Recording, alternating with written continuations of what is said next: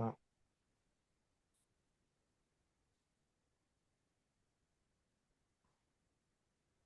muy bien, empezamos y así. Bienvenidos a todos, bienvenido a este webinar de solución médico-legal. Vamos a hablar de la valoración del daño corporal como base médica de la estrategia jurídica.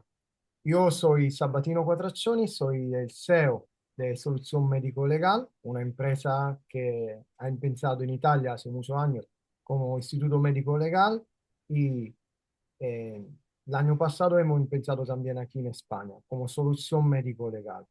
Conmigo hoy tengo el placer de que está conmigo el director médico de Solución Médico Legal. Bienvenido al doctor Francisco Chiave Gamero. Buenas Y tardes. buenas tardes a ti y también tengo el placer de nuestro director comercial, José Montes Navarro. Bienvenido, José. Buenas tardes, muchas gracias. Y bienvenido a todos vosotros que estáis aquí.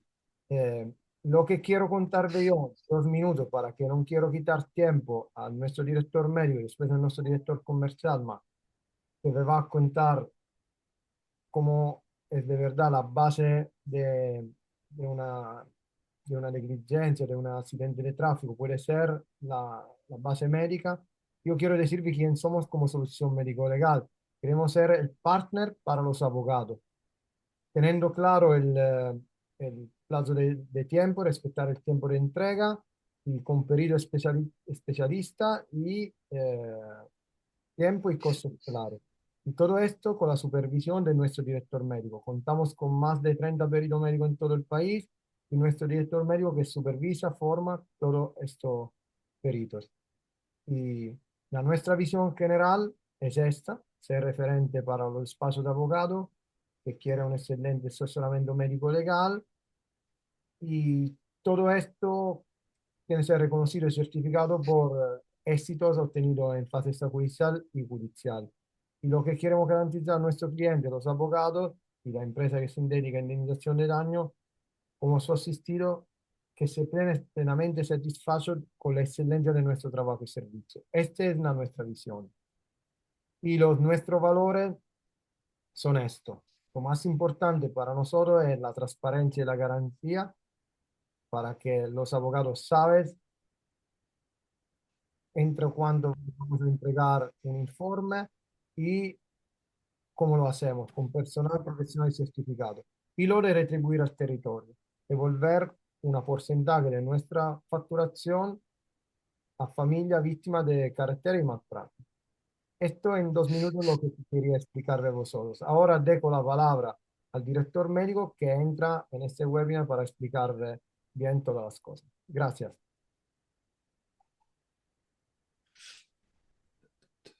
Muy bien. Muchas gracias, Sabatino.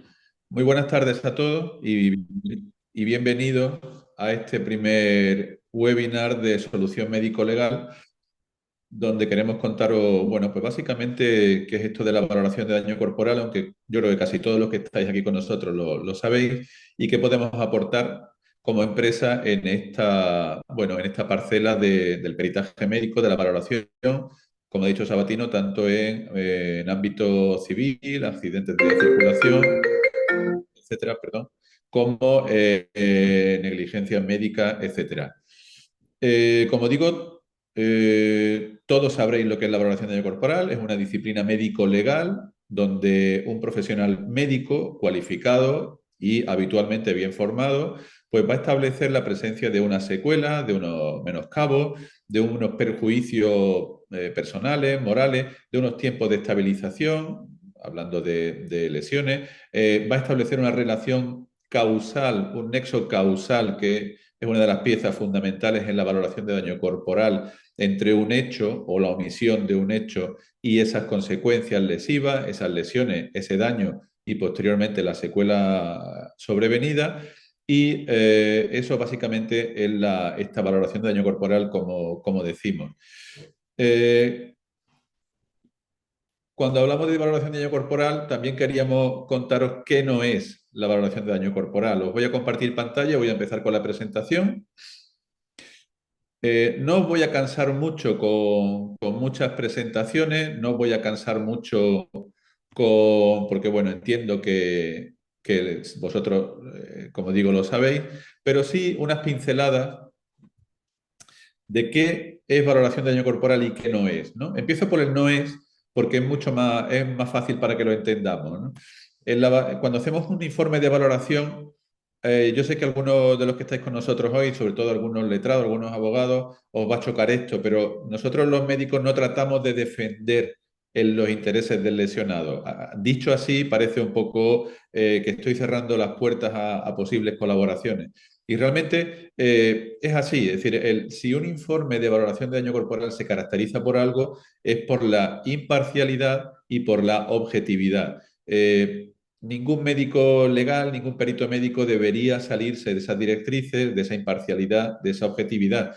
Dicho esto, por supuesto, dentro de los márgenes que nos permite la legislación, dentro de los márgenes que nos permite el baremo, pues siempre intentaremos valorar bueno, en un arco superior siempre defendible bueno, para defender esos intereses del paciente o del lesionado. Pero como digo, siempre dentro de esos márgenes de imparcialidad y de objetividad. Tampoco se trata de resumir una historia clínica, es decir, cuando valoramos no hacemos un resumen clínico. Los médicos a veces tenemos ese error, cometemos ese error que parece que cuanto mejor lo resumamos o cuanto mayor sea ese informe resumen, va a tener más validez nuestro informe de valoración. Y no se trata de eso, no se trata. Por supuesto, habrá que resumir, por supuesto, tendremos que basarnos siempre en una documentación clínica, en una información médica, en un historial, siempre es necesario. Pero como digo, se trata de hacer esa valoración en cuanto a la aplicación de criterios de causalidad, los que todos conocemos, clásicos de Simonin, de Bradford Hill, etcétera, y intentar cuantificar, valorar y cuantificar de la manera más exacta y objetiva posible las posibles secuelas o las probables secuelas que tenga un paciente, ¿no? Tampoco se trata de aplicar una fórmula sin ningún criterio. No hay ninguna calculadora que nos dé la valoración hecha de un paciente. Lo habitual y lo más recomendable siempre a la hora de valorar es que examinemos al paciente, que hagamos una correcta anamnesis, una entrevista clínica correcta con el paciente, con el lesionado, y que hagamos una buena exploración física para determinar realmente el alcance de esa secuela, de esas limitaciones funcionales, de esos perjuicios estéticos que puedan haber ocurrido, documentarlo siempre de una forma lo más precisa posible y con eso hacer la valoración, como digo, esa valoración de secuelas y cuantificación. Y tampoco se trata, como a veces vemos bueno, en sede judicial, de que vayamos a combatir un informe de biomecánica. Esto está muy de actualidad. Lo habitual, por ejemplo, en los accidentes de tráfico es que se desvirtúe o se quiera desvirtuar un informe médico legal, un informe de valoración, con un informe de biomecánica, es decir, el informe de los daños del vehículo y el cálculo, la estimación de la velocidad a la que se produce la colisión, si puede o no puede esa velocidad haber causado daños físicos, daños personales. Bueno, pues tampoco nuestro papel no es combatir o desvirtuar de forma recíproca ese informe biomecánico, sino que es valorar, como he dicho, insisto, en las lesiones que se producen, unas lesiones iniciales donde haya habido una continuidad sintomática, una continuidad terapéutica, donde se haya establecido un tratamiento de forma correcta y continuado y donde después de ese tratamiento se haya producido o bien una curación, lo más deseable, o bien una estabilización con una serie de secuelas que son las que valoraremos, ¿no? Como veis en la columna de la izquierda, sí es una valoración, un análisis médico-legal objetivo e imparcial, una aplicación de 35-2015 o 5/2025 con su texto refundido, un estudio riguroso de la causalidad, del nexo causal y las cuantificaciones estructuradas y vertebradas del daño, resumiendo lo que os acabo de decir. Perdón que estoy pasando la última diapositiva, no sé si la tengo por aquí. Aquí, ¿no? El papel de la colaboración perito-abogado. Por supuesto, cada uno tenemos nuestros roles, cada uno tenemos nuestro papel en cualquier caso jurídico donde haya un tema sanitario, un tema médico por delante.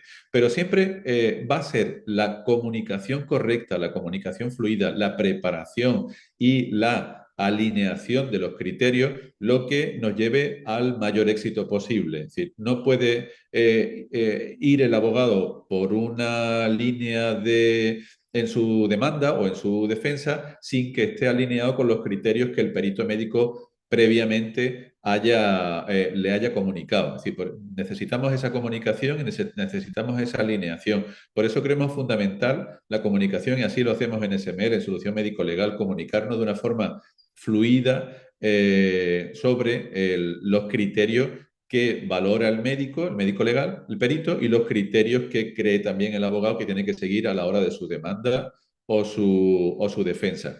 Veis una frase que yo creo que no resultará extraña a casi nadie, ¿no? Es decir, hay abogados que nos preguntan, ¿cuánto podemos sacar en este caso? Es decir, bueno, pues quizá la primera pregunta que habría que hacerse no es cuánto podríamos sacar, así dicho de manera burda, sino ¿hay viabilidad en este caso? ¿Hay probabilidad de demostrar que ha habido un daño, que hay una relación causal, un nexo causal con un hecho o con la omisión de un hecho? ¿Y cómo podríamos defenderlo? Aquí es donde empieza realmente el caso jurídico correcto donde, como digo, hay por medio un problema o una controversia sanitaria. Y es donde deberíamos hacer énfasis. Primero, en que un médico, un perito, analizara la documentación, analice lo que le dice el abogado, por supuesto, y por donde cree el abogado que puede ir la demanda o la defensa, y a partir de ahí establecer esa comunicación fluida, ¿no?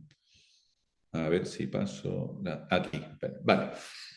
En esta diapositiva lo que os quería transmitir era, bueno, básicamente, ¿no? Que la medicina construye la estrategia antes que el derecho. Bueno, ni antes ni después. Yo creo que, como he dicho antes, tenía que ir en paralelo. El abogado nos va a mandar una documentación, nos va a pedir que la analicemos, habitualmente nos va a pedir que hagamos una viabilidad, si hay caso o no hay caso, y posteriormente, pues, se desarrollará ese caso. Yo os iba a contar una historia o me iba a basar en temas de accidente de tráfico, ¿no? Un tema, bueno, lo más habitual, el tema diario, el tema que más vemos con mayor frecuencia, pero en las últimas 24 horas he tenido aquí un caso que yo creo que ilustraba muy bien qué es la valoración y cómo se empieza desde que un abogado llama a un perito y le dice, en este caso me pasó a mí, me dijo, Paco, a ver qué podemos hacer con esto. Aquí no hubo ni viabilidad. Esto es un ejemplo de lo que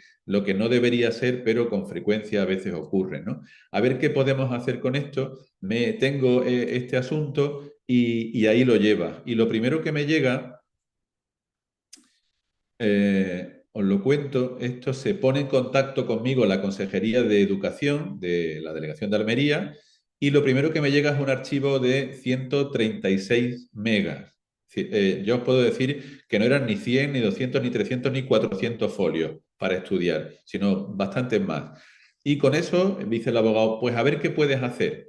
Se trata de una agresión en un instituto entre dos menores, eh, un menor de español o de raza, no sé cómo decirlo, caucásica, y un menor de origen marroquí, no entro en disquisiciones, después de explicarme qué ocurrió, cómo fue el mecanismo, cómo fue la lesión, cómo fue lo que se produjo, pues me dijo el abogado, dice, bueno, tengo que decirte también que el caso está muy mediatizado y que tenemos cierta urgencia. Cierta urgencia era menos de 72 horas para hacer el informe y para alinearnos y para ponernos en el mismo sentido, tanto abogados de la consejería como en este caso yo mismo, ¿no?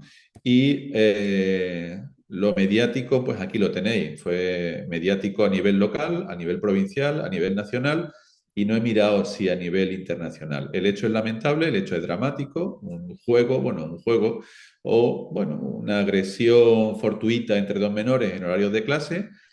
Uno de ellos les da un cabezazo a otro y el otro pues le repele la agresión con un puñetazo y le da en la zona de la órbita, en la zona ocular. Eso se produce por la mañana, avisan a los padres en el colegio y por la tarde-noche, sobre las 20 horas y algo más, su madre lo lleva a un centro sanitario no hospitalario, lo valoran en ese centro sanitario y con buen criterio la médico que estaba en ese centro sanitario lo deriva a un hospital de referencia donde pudiera ya haber otros medios diagnósticos y de tratamiento, ¿no?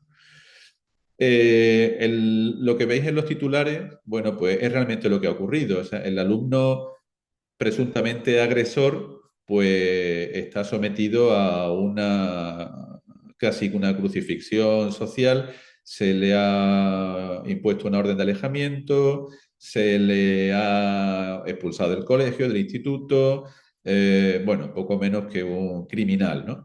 Y aquí se trataba de ver exactamente qué había ocurrido con el traumatismo, porque dicho esto, todos nos dejaríamos llevar. Es decir, un menor le da un puñetazo a otro y le deja ciego de un ojo. Y bueno, lamentable, como digo, dramático. Pero ¿qué pasaba aquí? Una vez que se empieza a ver la documentación y enlazando con lo que hemos hablado de nexo causal, de análisis y de comunicación con el abogado, empezamos a ver cosas, ¿no? Fijaros, el hecho, una agresión escolar, un trauma facial de alta energía, se produce sobre las 12 de la mañana y se deriva primero a un centro sanitario y de ese a otro hospital de referencia bien equipado. Y es donde determinamos, fijaros la clave. Aquí se pierde la visión de un ojo completo, ojo izquierdo. Hay una amaurosis y una pérdida de visión completa del ojo izquierdo. Pero cuando el menor, la primera vez que va a urgencia, es valorado por la médico, se acredita que estaba conservada la agudeza visual. Y la segunda vez que va a urgencia del hospital de referencia, también en la historia clínica, fundamental en estos casos, se acredita que se conservaba la agudeza visual. Pero en pruebas de imagen se le realiza un TAC, se diagnostica como una fractura de órbita y sin embargo a la 1:05 de la madrugada al menor, a este niño, se le da el alta a domicilio con un tratamiento antiinflamatorio y antibiótico oral y observación domiciliaria. Se le explica a sus padres, como digo, de raza, bueno, de origen marroquí y con una barrera idiomática bastante relevante, se le explica que si hay alguna complicación o detectan algo, que vuelvan al hospital.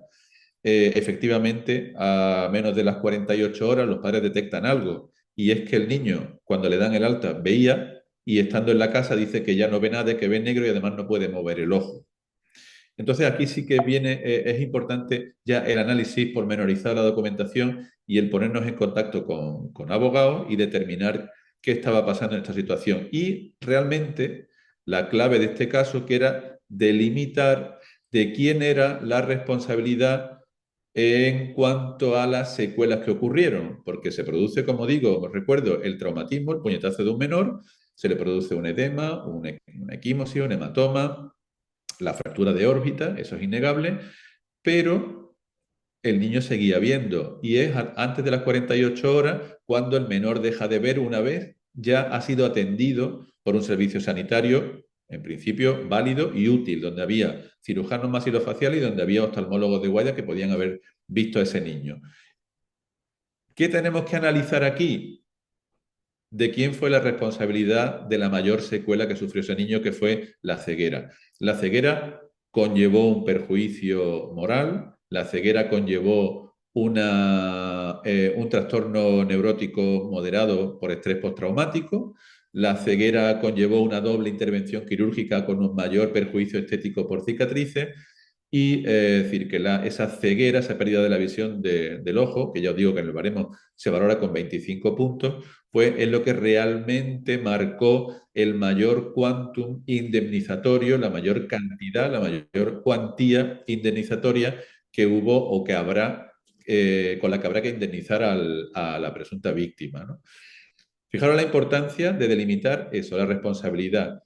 Si el puñetazo que dio el menor, si la víctima se hubiese tratado dentro de un tiempo, dentro de un margen, de una ventana terapéutica, que lo dice la evidencia científica, y aquí tenemos otro factor importantísimo a la hora, por ejemplo, de valorar una mala praxis. Si valoramos lex artis, nos vamos a la evidencia científica en el momento en que ocurren los hechos, y la evidencia nos decía que había una ventana terapéutica de entre 2 y 6 horas para haber tratado esa compresión.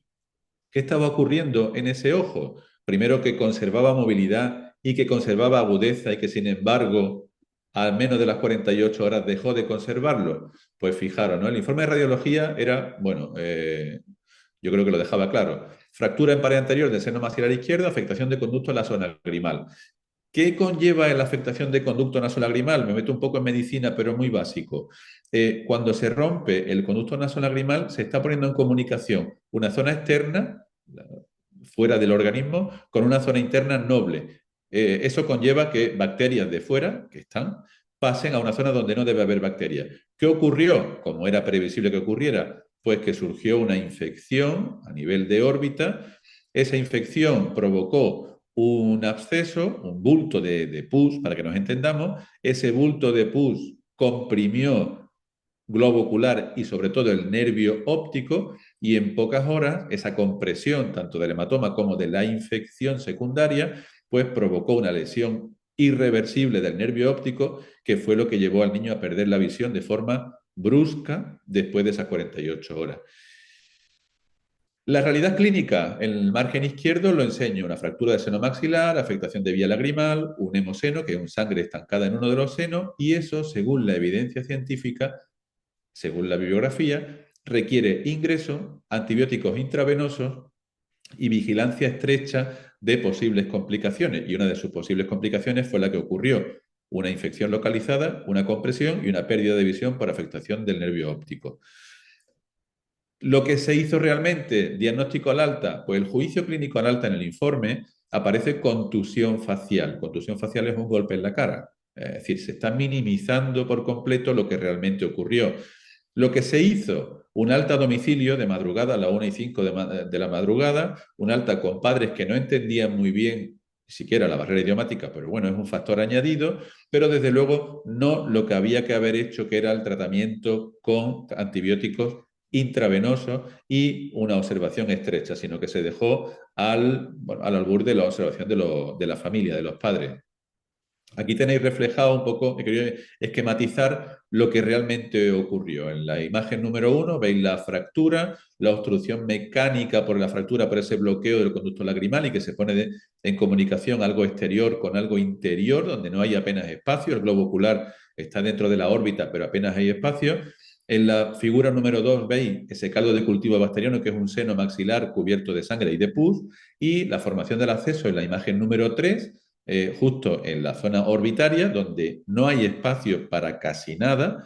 Eso comprime, empieza a comprimir, como veis en la imagen número 4, tanto globo ocular como nervio óptico, y es lo que dio lugar a la alteración, como digo, irreversible, lamentable y dramática, de la pérdida de nervio óptico, de la pérdida de función y de la ceguera de ojo izquierdo.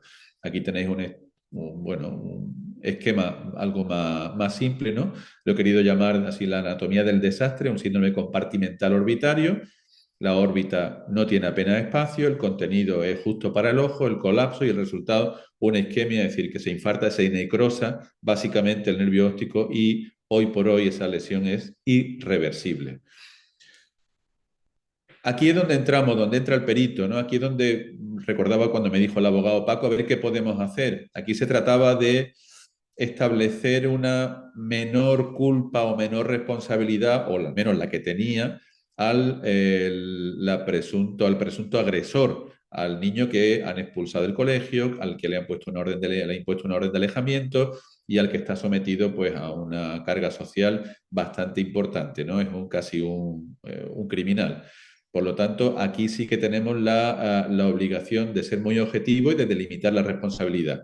Fijaros como cuando llega el niño a urgencias en la noche del 11 estaba la visión conservada, cuando se le da la alta médica de madrugada había visión conservada, y sin embargo ahí donde ya la víctima, donde el paciente ya está bajo tutela médica, debería haber sido una tutela más estrecha en el hospital, una vigilancia más cercana, pero sin embargo, como digo, se le dio de alta a domicilio con tratamiento oral, y ocurrió pues lo que nadie quería, pero en este caso ocurrió, ¿no? Aquí es lo que, bueno, lo que llamamos una concurrencia de culpa. Hay una causa necesaria y suficiente, que es el puñetazo, el traumatismo, pero la causa es para la lesión inicial, pero no para la lesión consecuente a esa posible mala praxis, probable mala praxis, que si se hubiera tratado de forma adecuada y a tiempo, pues posiblemente el niño hoy mantendría su visión. y eso es lo que como peritos tenemos que determinar, ¿no? Aquí tenéis ya de una forma muy esquemática, ya me queda muy poquito, no quiero cansaros más. Lo que se hizo en rojo desde la fecha de madrugada, en rojo la realidad de lo que se hizo, el alta a domicilio, infección descontrolada, diagnóstico tardío y ceguera, y lo que se debía haber hecho según las recomendaciones científicas. Antibiótico intravenoso y monitorización con ingreso hospitalario. Eso hubiera dado lugar a una detección precoz en caso de que hubiese habido alguna complicación aguda y se hubiera podido hacer una descompresión mucho más adelantada de lo que se hizo cuando ya el niño dijo que había perdido la visión completamente y posiblemente mantendría, como digo, su visión. Ventanas terapéuticas, yo os lo he comentado, eso es lo que tenemos que valorar los peritos cuando nos cae esa documentación, ese nexo de causalidad y delimitar realmente dónde está la responsabilidad del daño, el daño objetivo y, bueno, y de las secuelas que puedan sobrevenir. Esto es lo que se valoró, lo que se valora en el paciente, la falta de visión, la ceguera, el perjuicio estético, las algias postraumáticas que se le valoraron y un perjuicio moral, un trastorno de estrés postraumático, un trastorno neurótico moderado, como decía, la baja autoestima, el impacto directo en su vida escolar y social, bueno, y se valora, como he dicho antes, una pérdida de un perjuicio personal por pérdida de calidad de vida en grado moderado por la afectación que le supone tener ella para siempre un ojo sin visión, una ceguera de un ojo, ¿no? Las conclusiones, pues lo sigo repitiendo, delimitar bien la causalidad, delimitar bien la responsabilidad, dónde está la responsabilidad del daño y de la secuela.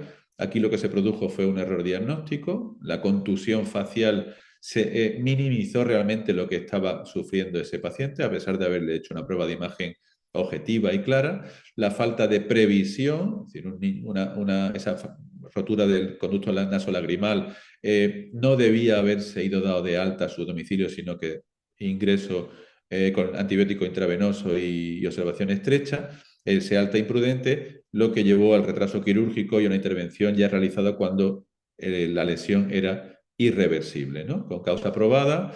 Deciros que este caso está judicializado. Espero que en próximo, sé que os dejo ahí con la duda, pero sí que en próximos webinars os mantendré informado de la situación y de la resolución final que pueda haber tenido, ¿no? Pero desde luego es uno, como os decía, uno de los muchos casos donde el médico perito recibe ya esto casi finalizado, donde nos están casi obligando a decir, a ver, la frase era, a ver qué podemos arañar, a ver qué podemos rascar para quitarle culpa o responsabilidad al menor presuntamente agresor y claro, sin perjudicar tampoco al agredido porque ese realmente es la víctima que ha perdido un ojo, ¿no? Y bueno, esto es lo que quería contar en cuanto a la valoración, hecho con un caso práctico, un caso que creo que ilustra bien nuestro trabajo diario. Y ahora, pues, si queréis, si tenéis alguna pregunta, alguna reflexión sobre el caso o sobre algo relacionado, pues estaré encantado de poder contestarlo si lo sé. Y muchas gracias por vuestra atención. Gracias a ti. Si tenéis pregunta, podéis abrir el micrófono y hacerla, o si no, ponerla aquí en la chat de Zoom, como queréis. Y hay también aquí, y pongo en la chat el enlace, si hay algún médico, perito, y quieres colaborar con nosotros, puede hacerlo. Eh, Voy a compartir la diapositiva. Esta es. Y, ok. Si eres un médico y perito y quieres trabajar con solución médico-legal, colaborar con nosotros, también hay el enlace en la chat o hay este QR code o también la página web de solución médico-legal, sin problema. Y ahora dejo la palabra para, vamos al final, ya hemos hecho 35 minutos, entonces los últimos minutos para nuestro director comercial, que nos explica también cómo podemos colaborar con los abogados. Pues a ti la palabra. Pues nada, buenas tardes. Muchas gracias, Paco, por la explicación. Un caso interesante y los que somos de Almería lo conocemos muy de cerca. Pues nada, en Solución Médico Legal actualmente estamos en un proceso de expansión en España, tal y como ha comentado Sabatino, y estamos buscando pues tanto peritos médicos que incorporar a nuestra red médica como abogados que quieran colaborar con nuestra empresa. A su vez, también estamos buscando informadores o comerciales que quieran incorporarse.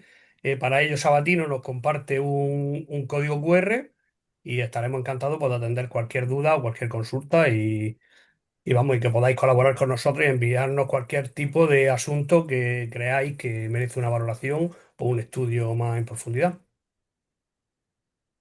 Perfecto, perfecto. Esto es el enlace por los abogados y el QR code. Si no hay pregunta, y nos vamos a enviar, creo, ya mañana el vídeo de este webinar. Y me voy a decir ya que el próximo 24 de marzo, siempre a las 4:30, siempre un martes, vamos a hacer un otro webinar. Ya en los próximos días en la página LinkedIn de Solución Médico Legal vais a encontrar el enlace para poder asistir a este webinar. Y nada, gracias a todos, gracias al director médico, al director comercial y nos vemos al próximo webinar. Ah, espera, puede ser que haya una pregunta, si no. eh, Parece que están haciendo alguna pregunta, Sabatino, en el chat. Sí, sí, perdona. Solo confirmar código 02004, pérdida de visión de un ojo, 25 puntos. Esto es, creo, es para ti. Tiene que abrir el micrófono, el micro, Paco. Tiene el micrófono cerrado. Sí, no, decía que sí, efectivamente hay un error al hacer la diapositiva y hay un error en la transcripción del código de la pérdida de visión. No es ese el código, lo tengo por aquí más cercano. Bueno, si no, os lo mandaré. Pero sí que efectivamente aparecía, lo tengo por aquí a mano, lo estoy buscando, porque hubo un error en la transcripción de la pérdida de la pérdida de visión de un ojo, la pérdida de visión completa de un ojo. Si puedo, os lo busco aquí. No, Sí, no, bueno, no tiene mucho, pero que efectivamente, buena apreciación porque había un error y no lo he cambiado luego en la diapositiva. y hay una pregunta y me pregunto, Aquí, la pérdida, sí. vas tú, si la lees, puedes leerla tú. Pérdida de visión de un ojo 02004, 25 puntos. En la secuela, en el capítulo 2, el órgano de los sentidos, cara-cuello y en el sistema ocular. Es lo que nos dice el baremo de la ley 35-2015 de 23 de septiembre. El código es 02004, pérdida de visión de un ojo y es 25 puntos. Perfecto. Y después hay una pregunta. Y también aquí en el chat, si quieres leerla, si no te la leo yo. A ver, 02, sí, confirmado. ¿Cuánto tiempo dedican una vez que ya tienen la valoración médica? ¿Cuánto tiempo emplean en localizar lesiones en el baremo, calcular perjuicio personal? Eh, bueno, pues la verdad es que no hay un tiempo medio. Aquí de lo que se trata es de analizar muy bien la documentación, establecer las lesiones iniciales. Ya sabéis que si estamos hablando de lesiones, bueno, tráfico, siempre discutible, pero ese criterio de las 72 horas, donde haya habido una asistencia médica, hay lesiones que pueden incluso aparecer horas después o días después, pero hay que justificarlo muy bien. Y en función de esas lesiones iniciales, de la evolución que ha tenido el paciente y de las secuelas que ha mantenido al terminar el tratamiento, pues junto con la anamnesis y la exploración física del lesionado, pues estableceremos la valoración. Nos basamos, como bien dices, en el baremo, en la 35 o en la 5/2025 para accidentes posteriores y, bueno, hay algunas secuelas, pues la 03013, la 03075 para un hombro, que se nos quedan ya con el día a día y otras pues que las vamos buscando en el baremo. Pero no es lo más complejo. O sea, una vez que tenemos la secuela bien delimitada, no es la parte más compleja irnos al baremo y cuantificar la secuela. Esa quizás sea la parte más automática, más sencilla. La clave está primero en establecer el nexo de causalidad entre el siniestro o el hecho lesivo y la lesión y la secuela posteriormente. Y una vez que se ha establecido ese nexo de causalidad, pues valorar la secuela en función de intensidad, en función de las pruebas diagnósticas objetivas que podamos tener, si hay radiografías, si hay resonancias, si hay TAC, si hay electromiografía, electroneurografía para lesiones radiculares, pues en base a todo va sumando y todo lo que pueda objetivar una lesión inicial y una secuela, pues nos servirá para valorarlo y para cuantificarlo. Muy bien, muy bien. Me había olvidado, si alguien pide en el diploma por este webinar, por hacer este webinar, que me escribas el nombre, el apellido y vuestro correo. Lo podéis escribir aquí en el chat o lo podéis escribir en LinkedIn para que nos vamos a enviar también el diploma. Dejo abierta la chat para que me escribís esto y están llegando. Y si no hay otras preguntas, ya nos vemos el 24 de marzo cuando hay otro webinar y cualquier de vosotros que quiere colaborar con nosotros, estamos aquí para hacer una cita para ver si podemos hacer algo. Gracias a todos. Vamos cerrando. Muy bien, muchas gracias.